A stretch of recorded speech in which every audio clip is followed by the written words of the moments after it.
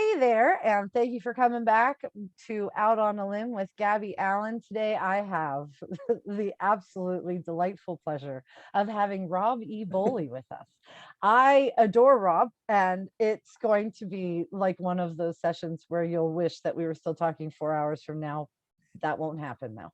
So we're going to talk today about all things writing, as we've done before. I'm going to start out by saying, if you end up with any questions after you're done listening, or even while you're listening, go ahead and throw them in the comments section. And if Rob or I can help you at all with figuring stuff out or walking you through a specific part of the process that we've talked about, we are more than happy to do that. So without further ado, let me have Rob E. Boley tell you what he does and how he does it. Well, I guess in a nutshell, I make blank pages darker. That's my that's my tagline for my bio. Is it really? Yeah. I did not see that. So you make blank pages darker. Yes, that's I love that. That is so like spot on, because you write horror, for those Yes. who are just joining us at the table. Yeah, so I write horror. Probably a lot of what I write could probably be called dark fantasy as well. Okay. And there tends to be an element of humor, like usually some black comedy in there as well. Yes. But yeah, I guess horror is the broad umbrella. Okay. So dark fantasy. So that's going to be like fairy tale kind of things, because I see a lot of your titles, the ones that I have on my shelf, have a lot to do with fairy tales.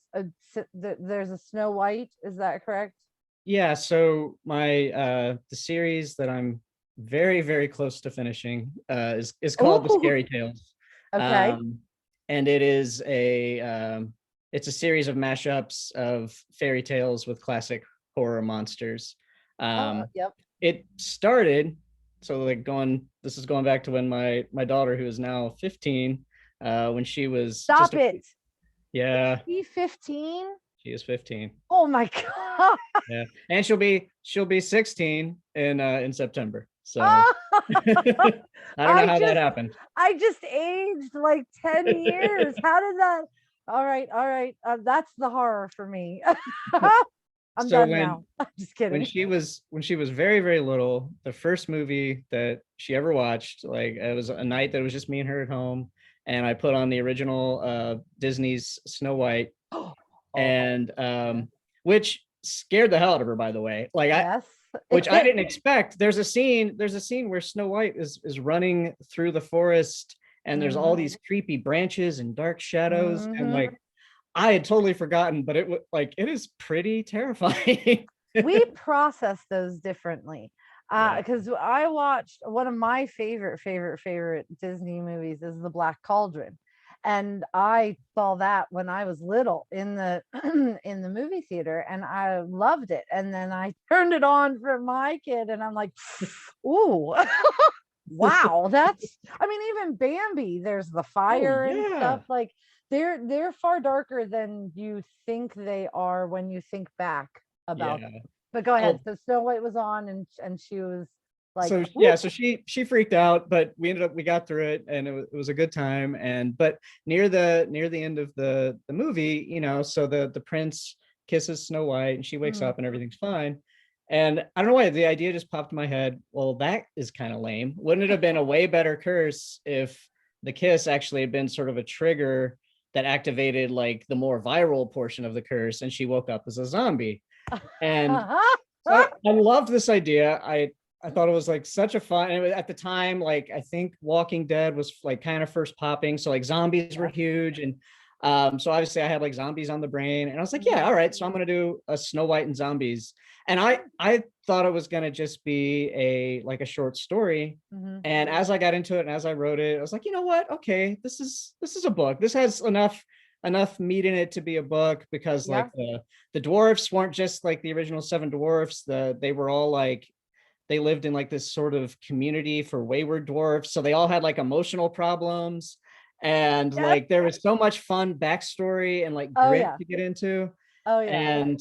But as I wrote it, it was like, okay, actually this is a trilogy, because the idea for the sequel was like Red Riding Hood and Yes. werewolves, because that's like a natural pairing. Oh yeah. And but then as it went through, like it just kept growing, and now it's a series of it'll end up being 10 books. Awesome. On the ninth one right now, which is so much fun, because like I'll sort of do other things in between books, and in Mhm. this past week or two, I just started working on the ninth book, and it's always so cool to like come back to these characters. I'm always Yeah. afraid that I'm gonna like kind of lose the rhythm of it and kind of Uh-huh. just forget, but like I'm so back into it again, and I'm just like I love these characters. I've been writing them for 8 books now, so like it's kind of like this, like just catching up with old friends, Right. Absolutely. So, I mean, are you stopping at 10 because you want to be done, or are you stopping at 10 because you think it's run its course? It's all one big long kind of dark fantasy epic, so it's definitely like reaching its, I mean, Okay.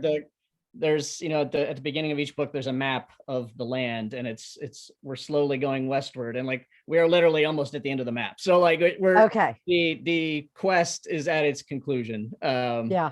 So, and I mean, I do have some ideas for like a few like possible. I could see doing some like kind of standalone novellas that Yeah. either are prequels or just kind of like little adventures afterward. But the Right. main core story will be done. It will be 10 books, and also like to an extent, like I think I've kind of I've like touched on Rapunzel, Cinderella. I'll have Rumpelstiltskin. I've hit like all the Yeah. many of the major fairy tales. Like I don't know how many more combinations I could honestly do. There's only so many monsters and so many fairy tales. Right. Well, and I also, like, I know for certain series that I have done, when I'm done, I would rather go out on top and have people Yeah. be like, "Oh, I can't believe that's over. I'll read it again in 3 years when I need a pick me up," versus, "Holy crap, are you still writing that?" Yeah, yeah, for Yeah. sure.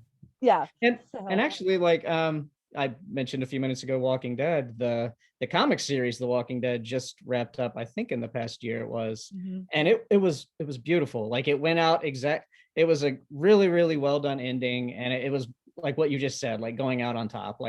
Yes. I think he Robert Kirkman was smart. He saw that he had done everything he needed to, Yeah. and he ended it gracefully, and it was beautiful. So And I feel like there's so much more that you can do when you know that you're ending it, as opposed yeah, to continuing to visit it. And I like the idea of like a novella here or there to kind of pepper yeah, through, to get new people to go back and read, backlist, because that's one of the things as an author, for the other person on the other side of the screen, that's called a backlist. And we love when people go back, when, like, I had somebody read a third in series, and then they were like, "Oh my gosh, I went back and bought 1, 2, and then I bought 4 and 5." And I'm like, "Thank you." That's what you like. No book is absolutely. ever truly dead, in the way, I mean, it used to be that things would go out of print a lot, Right. or if they hadn't hit a certain number, they would remainder it, and then it was Right. gone, and you could find it like at a thrift store, but now with so much, and the eBay, and or not eBay, but like ebooks and that kind of Right. thing. Well, eBay too, but ebooks, you can, hardly anything actually goes completely out of print. Yeah. And so even if you do find Snow White, 6 months from now, the other ones will still be available. Even if Rob finishes the series, that doesn't mean that it's here and gone. Right. I really like that that is available. And I like even like a little something that you could put into your newsletter that would be like, the first little scene, and then say, "And if you want more, run on run on over, because Yep. it's available." So you are you are doing those, and then you also said that you're doing like little like things in between. Are those also standalone books? Are they shorter stories? I just wrapped up two novellas. One is out on submission. Um, the other, I guess technically they're both out on submission. One is a standalone. One is a sequel to a novella that I had come out also in the past year called "The Body Will Follow." Mm-hmm. Um, and I've really been into like that, like the scary tales books are, pretty hefty, good sized books, Right. 90,000 words, 100,000 words, whatever. um I've really been into like a good 30,000, 40,000 word like novella length. um Yep. and so like that's basically what I just did. I just knocked out, like, actually in the past year, I guess, like three of those. Like, just I Awesome. love just like, if you can tell a story in such a small amount of time and with so Yes. few chapters and so few pages. um I love it. Maybe it's because I'm a parent and a husband and a worker and a writer, and maybe it's I don't have that much time, but I love Yes. when I love when I can pick up a book and just kind of devour Yes. it in a couple days. Yes. Yeah. I'm actually self-publishing it's set at the Ren Fair, and uh, excuse me, they're Misfit Paranormal. So I call it the Ren Fair of Misfit Paranormals, much like the Island of Misfit Toys. Love And it. so they're like 20K, Nice, 20,000, nice. 25, somewhere around in there. I love them because, for one thing, almost every single one happens over the course of one day. So Nice. I don't have to like drag out the timeline. And Yeah. if you ask anybody who is a critique partner, the first thing that they will tell you that I'm not good at is keeping track of what day it is. So I'll be like, oh, it's Tuesday. Oh, wait, is it still Tuesday? It's been like 72 hours. Why is it still Tuesday? And counting days I'm not very good at either. So like if it's Monday and you're doing something in 3 days, is that Thursday? I think it is, but I'm never sure. So I love I love the 24-hour period because I can't screw that Cool. up too badly. And I do like that you can introduce, you can give the pertinent facts, and then you can move right on into the story, and you don't Yeah. necessarily have to, it doesn't have to be a big huge backstory, it doesn't have to be a big huge arc. You're not filling 400 pages, you're Yeah. filling 100, which is significant, I think. Yeah. And and I feel like it really focuses you on like the story. Like there's so many possible like side paths that you can take, and Yes. in a narrative. And I think when you're keeping it down at novella length, it really focuses you. And I Absolutely. love, and I totally agree with you. I love writing stuff that is like, if not a day, like 2 days, or like Mhm. it's boom, boom, boom, boom, boom, and then Yeah. the sequence of events one after the other. And that's just a lot of fun to do. A lot of fun. Well, and I know, especially with what I'm doing right now, which I started out doing romance. And so for the most part, I prefer romances that they don't meet at 6 p.m. and by 10 they're in Vegas with Elvis getting married and they've never met before. You know what I mean? Like I need a little more than Gotcha. that if you expect me to believe that they're actually going to have a real happily ever after. But I would think with a dark fantasy, um it something is happening like every second. When I watch some of the zombie movies and stuff like that, I'm like, well, what have you been doing for the past 10 days? You know what I mean? Like, Yeah. did anybody else come and get you? Or like, so that if the action is that intense, Right. then I kind of want it. I don't want to be like, that Squidward or the SpongeBob 3 weeks later. You know what I Right. mean? Like Right.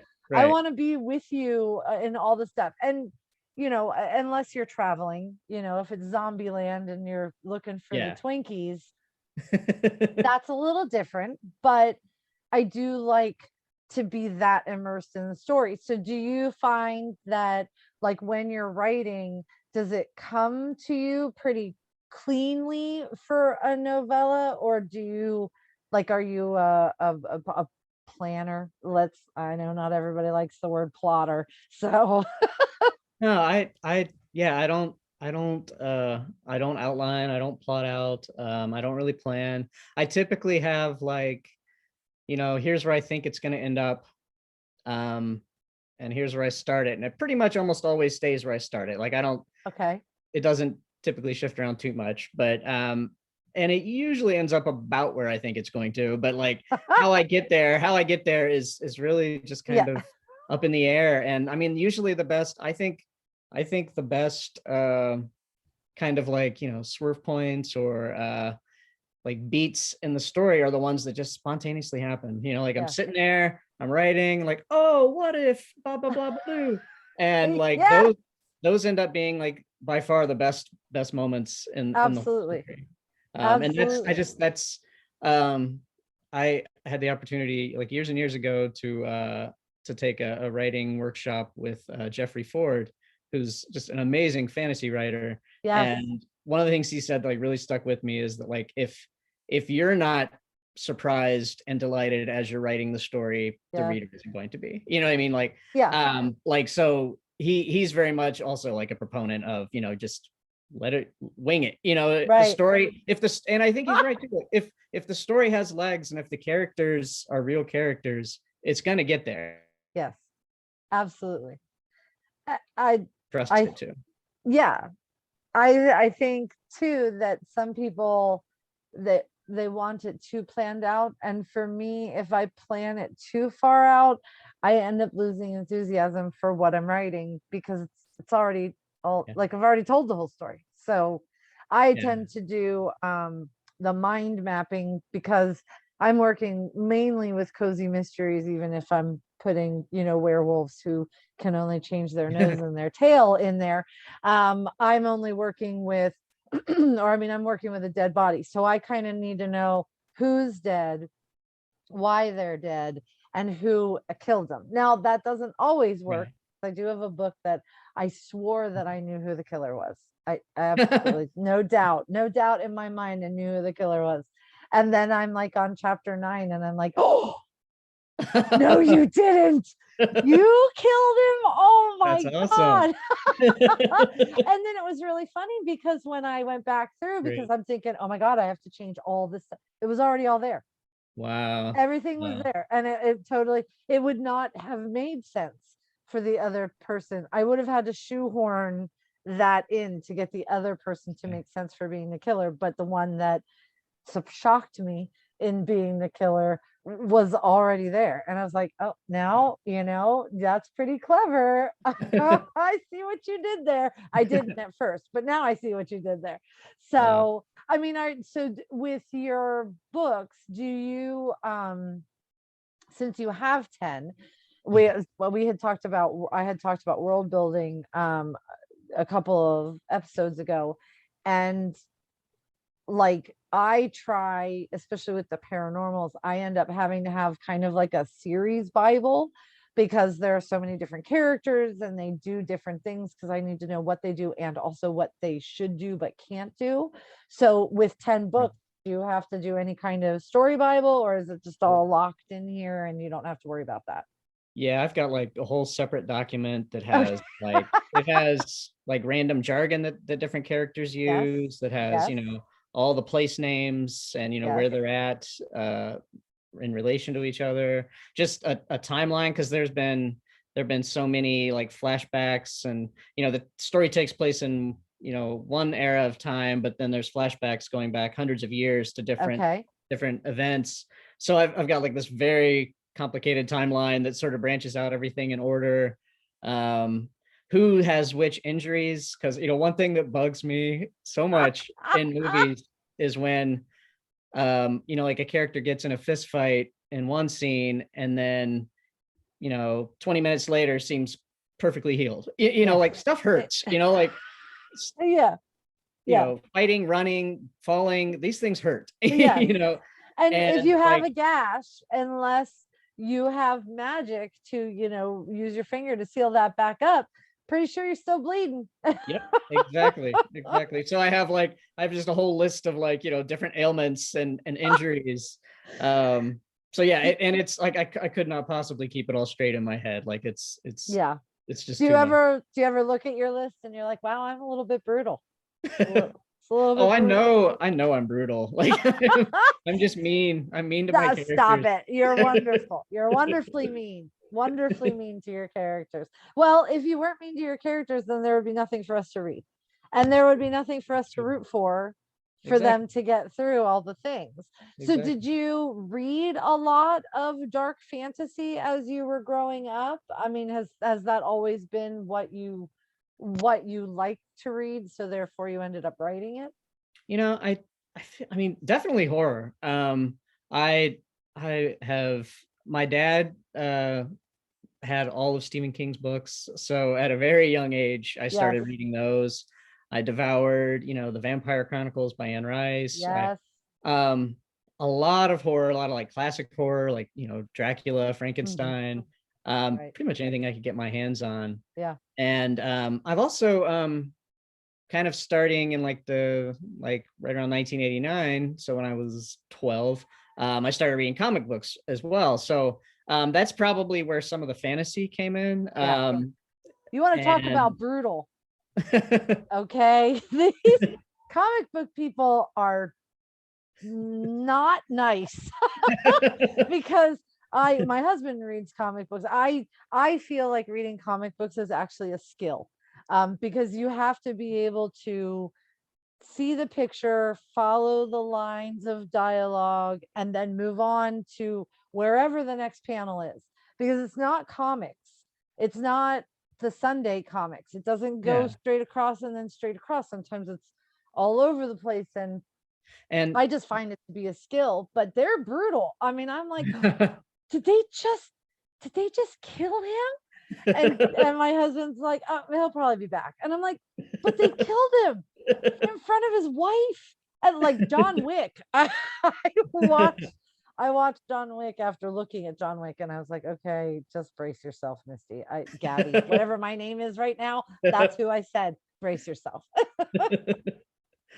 yeah, it's funny you say that about comics because there's actually a really cool. I'm trying to see if I can spot it on my bookshelf.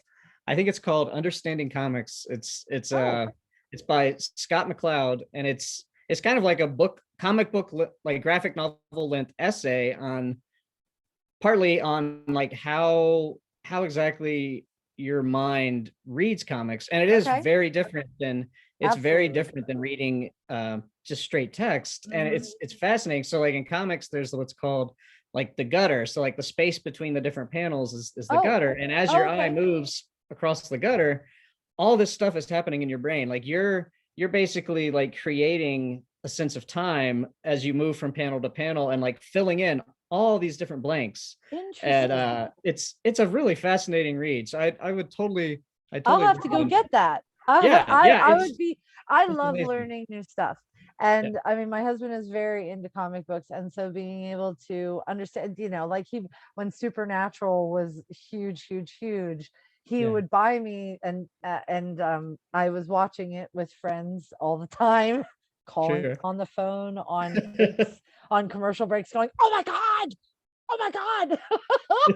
But he would buy me the comic books, and I'm like, I can't read this. It has Yeah, nothing to do with not valuing the story. I love that kind of stuff. And it's one of the reasons that I was so excited to see your books, and to read your books, is that I adore dark fantasy. Do not ever expect me to write it.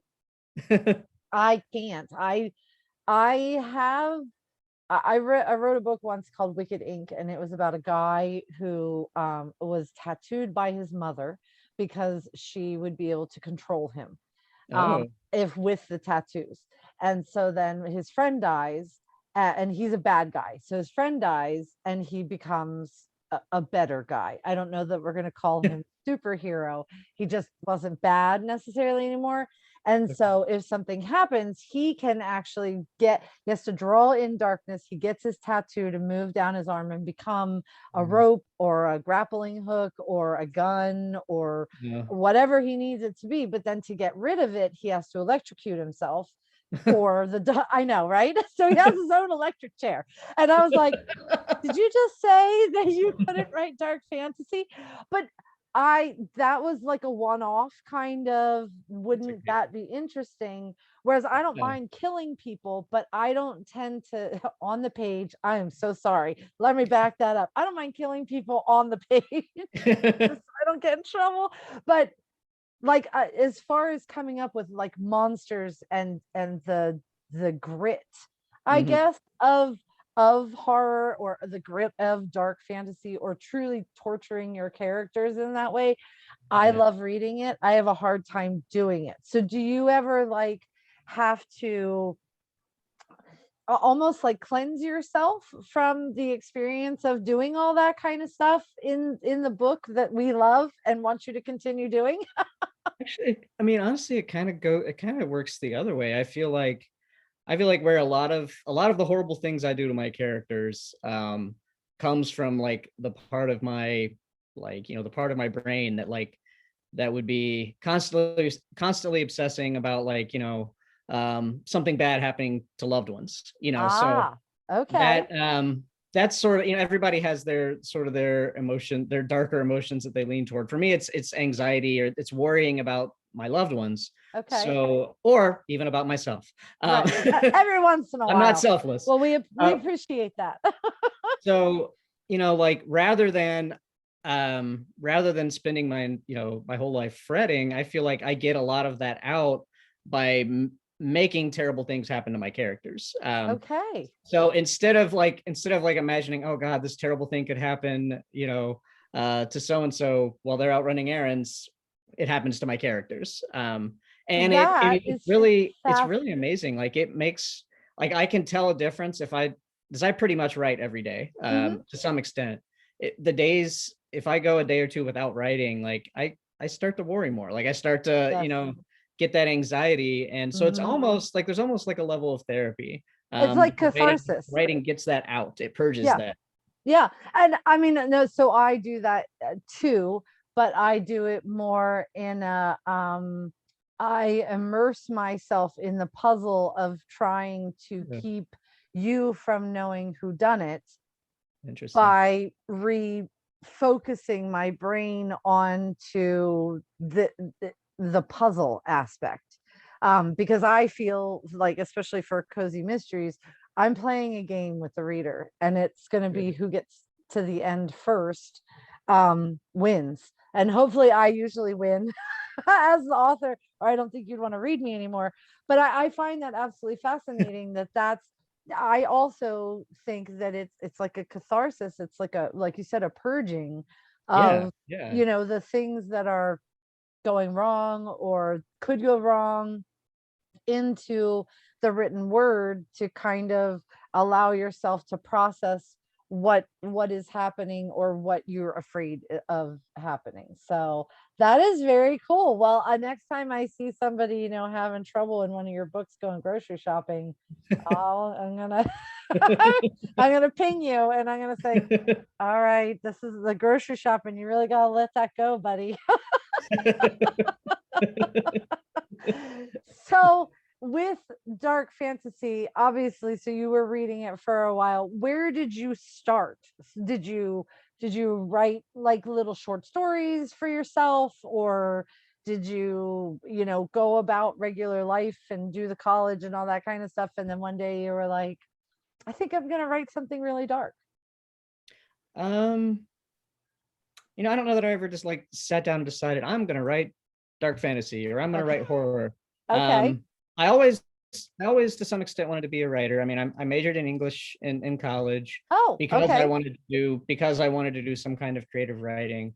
But then professionally went into first tech writing and then fundraising. So I kind of got away from writing probably in my early 20s or mid 20s. And so for many years I mainly just wrote poetry. And then, but it was after Annabella, my daughter, was born. I don't know, something about being a dad. It was just like, I've got stories to tell now. Like I feel like, and I mean, it was literally within a few months of her being born. I sat down and I just started writing. And I think maybe first it was like, I think I did a few screenplays, and then, Okay. which I never did anything with, and then started writing some books, and then eventually short stories. And so yeah, and I don't know if it was just, it could have just been simply the fact that I was suddenly home a lot more, because like I was a dad, so like and with an infant, Right. so I wasn't going out a whole lot. Yeah, So that's like true. that definitely kind of grounded me. Hmm. um but yeah, that was really sort of the trigger that suddenly I was writing fiction. I love it. I love it. I on for my part, I ended up being alone a lot because my husband and I worked opposite shifts. I found uh, myself watching way too much Lifetime TV. And I was like, you know what? You need to like start reading again. Okay. Can we do that? And so I was reading and I thought, you know what? I bet I could do something like this. I mean, I'm not a bad writer. I've at least not that I fit. Well, I wrote horrible poetry in high school. That's just that's we just the way all that we is. all write I horrible poetry I in high school. think so. I will say though that I did write my high school alma mater, or I wrote part of it, and they still sing that. So that must not be too terrible. But Out of town. yeah, Really? it's really funny. So when I used to send out query letters, um, at the end, when you like put what your Yeah. writing credits are, Yeah. I used to put, thank you so much for your consideration. I, belong to RWA. I wrote my high school alma mater. And I actually talked to an editor that I had submitted to, and she's like, oh, we laughed so hard at that. I was like, I'm sure you did, but I was very excited that at least I had something. You know what I mean? But yeah, no, that's probably not. They probably were like, oh my God, you wrote your high school alma mater. Well, come on in. Whatever story you want to tell, we're there. Does it involve Nighthawks? Because that's your school mascot. Oh my gosh. It's so funny the things that we do when we're just starting out, For sure. thinking, surely we've got this all. I had my very first book ever come out and I didn't have copies of it yet. And I actually I bought a binding machine with the black claws, and I Oh put it my. together and I sent it to USA Today to see if they would review it. And she sent Wow. back a very nice note that said, thank you so much for the book. I don't know that I'm going to have time to do this, but I really do appreciate your Nice. effort. And I was like 10 years later, I'm thinking, oh my God, Hey, could you you could have could you have done that any worse? So you're writing, your kid comes along, you're home more, you're writing. Did you start submitting right away? Did you, think maybe I want to publish these on my own? I mean, what was kind of, how did we get in? um yeah, I mean, I pretty much, as soon as I started like getting a decent little collection of short stories, I started sending those out. Awesome. um I guess sort of I broke in. We used to have a really amazing writing conference here in Dayton called the Oh, Antioch Writers Workshop. oh, um and I went to that. Like I paid to go to that one year, had an amazing time, learned so much, and then was lucky enough 2 years in a row to get scholarships, for two different, like, scholarship awards for two different writing contests. And one of those years, the so the way that workshop worked is you would sort of sign up for an afternoon seminar guided by a particular author. And I okay. was in Les Edgerton's afternoon session. He's an amazing crime noir writer, Yes. really really hell of a guy. And he mentioned, he said, I like your stuff. I'll mention you to my publisher. And I was like, oh, okay, cool. And like months and months and months went by, nothing came of it. And then I was at a conference for my day job, Uh-huh. kind of like at the happy hour after event. So I'd had a couple drinks, and I get this call, and it's Les. Oh, And he's like, he's across the country at a writing conference, sitting with his publisher, who he had just pitched my Snow White zombie book to. And I had like a quick conversation with the publisher, and he was like, "Yeah, send it in. It sounds great." oh my God. And then next thing you know, I'm under contract. So like That it was is an awesome story. I yeah, love it. it was like such an amazing thing. It was so great of Les to have done. Like it Oh, was, I bet. yeah. And then So you're like, excuse me, bartender, yeah. can I get 3 more over here? Because I really hope I didn't just sound like an idiot, but that phone call can't happen twice. It was not the smoothest pitch, I will be honest. I don't think they care. I don't think they care. That's I had when I first started writing, I really wanted to write for Harlequin because I for some reason I thought romance would be easier than mystery, which it's not. And I did end up that Wicked Ink book that we were talking about earlier. Yeah. It did sell to E Harlequin. I got the call at 4 o'clock when I'm down in Disney World with my child was a dancer on the stage, Oh, wow. and they had called during that, so I missed the call. And it was Friday at 6:45 when I got it, so then I had to wait till Monday to Oh try to my call God. back. And I was like, can't anything just like go awesome from the beginning?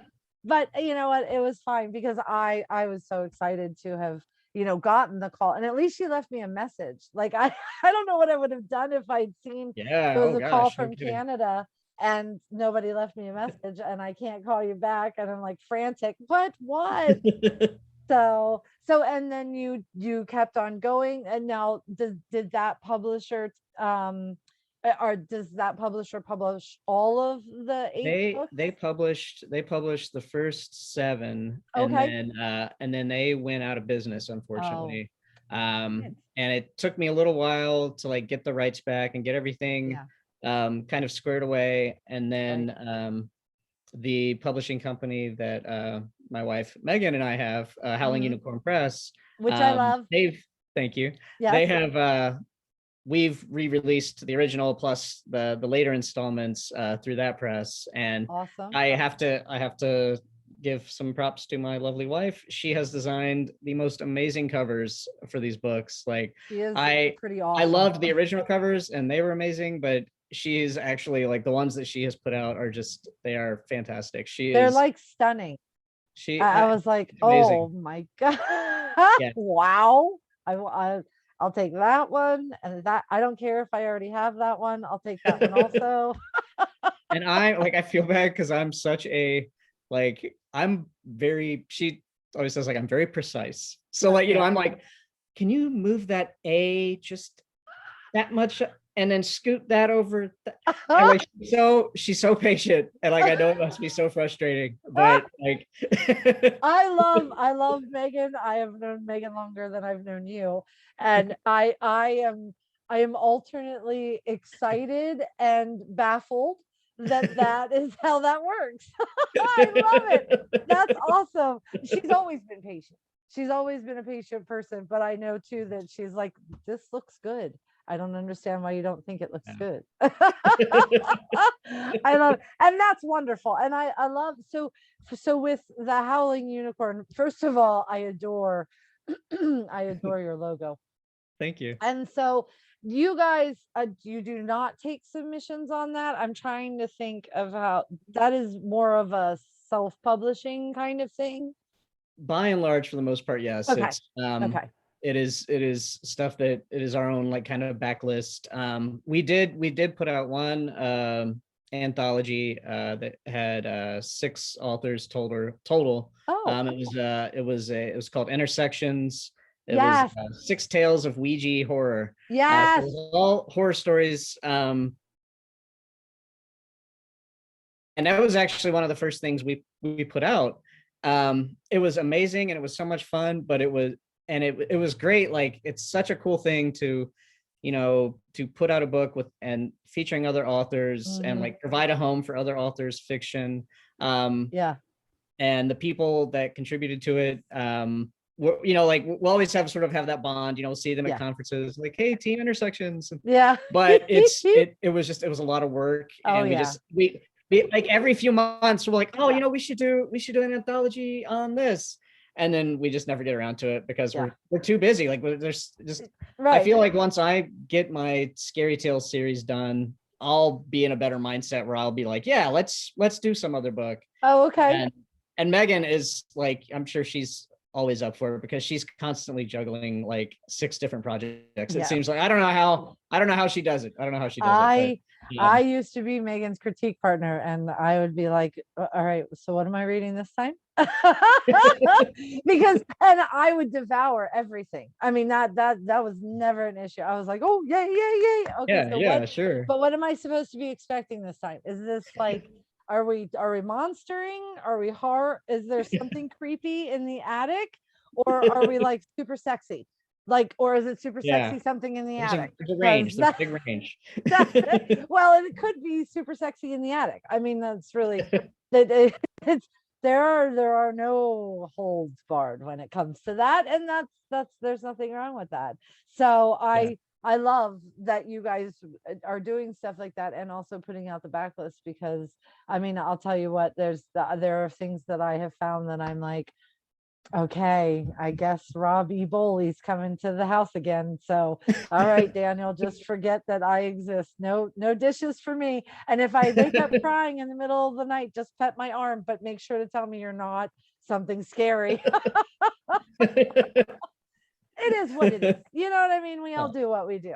So, well, we are closing in on our time here. So I want to get the word out about you. So where can we find you and what is coming next? You can find me at robboley.com. That's ROBBOLEY. I'm on Instagram, I'm on Twitter, I'm on Facebook. I guess the next thing that'll be out will be let's see, later this year, the 9th book of the Scary Tales series will be coming out. So there's no better time to dive into that series, which started out, the first book is called That Risen Snow, A Scary Tale of Snow White and Zombies. And the one that will be coming out later this year is, make sure I get the name right, That Dreadful Tower, A Scary Tale of Rapunzel and the Monster's Bride. And I love it. Yes. And I also have there's a really cool anthology coming out next month called Violent Vixens. It's like an homage to grindhouse horror. I have a story in that I'm really proud of, but that's coming out next month from Dark Peninsula Press. Okay. Awesome. Well, then I'll have plenty of reading material. Indeed. I was going to tell you, you need to get off of here so that you can go write and make sure that I have more. I'm on it. Okay. Make sure you are. I don't want to have to get you back on here and yell at you about it. But I would, honestly, though, I would love to have you back on if you want to talk when you move, when you're done with the Scary Tales, if you wanted to come back and talk about kind of them as a whole, that would be really a lot of fun too. Absolutely. Okay. And I'm always up for whatever you guys want to talk about. The intersections, I have to say, that was one of my favorites. Oh, awesome. I was like, wow, because I hate Ouija boards. I will play with just about anything else. I don't mind seeing tarot cards, crystals, all that kind of stuff. But there is something about the Ouija board. When I was little, we played with one. Oh, sure. And it moved. And I know that no one moved that thing. And we were like, I want to say we might have been about 10. And we took it out into the garage and burned it because it was like, And so as my kid was growing up, I was like, you know what, you do anything you want. I'm open to anything, if you're interested in different kinds of religions, if you want to, no Ouija boards. That's all I'm saying. No Ouija boards. I don't want a planchette in my house. I don't want anything saying yes, no, maybe, or spelling stuff out. No. But the rest is fine. So then to read that, I was like, okay, Bring it down. You're going to be all right. I know it's going to be freaky, but you know that you trust the people who are writing the stories. And then I was scared out of my mind. So thank you Oh, so much for wonderful. that, Robbie Boley. But that was what I was expecting. So I appreciated being, right. Well, maybe if we ever like get our act together and put out another anthology, maybe me and Megan both can be on your podcast and we can talk about that Oh, process. That would be a lot of fun. now that would be a lot Yeah. of fun. I won't lie. That would be a whole lot of fun. We might have to play. What was that game we played the one time with the wooden blocks? We could play that. It was some sort of connecting things, and we were just laughing too hard to even totally play it. And I forget what it is. I feel like it had something to do with words. Oh, was it Were we making sentences? sentence cubes? Was it sentence cubes? I think that's what it was. And we were very bad and very wrong. Well, that's well, how else do you play? Yeah, exactly. That's the way it works. Anyway, all right. Well, thank you so much, Rob, for being here. This was a blast. This I was a lot of really fun. appreciate your time, Thank you for and I having me. enjoy absolutely. I enjoy being able to talk to you about this kind of stuff. Like I said, you're more than welcome to come back whenever you want, because I feel like there's even more conversation that we could have.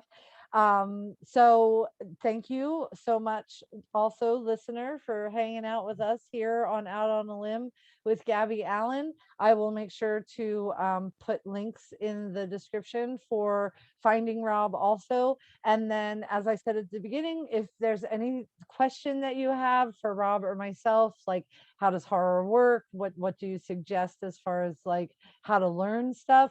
Please pop it into the comments. We would be happy to help you as best we can. And if we don't Absolutely. know, I'm Absolutely. sure Rob or I would be able to at least point you in the right direction.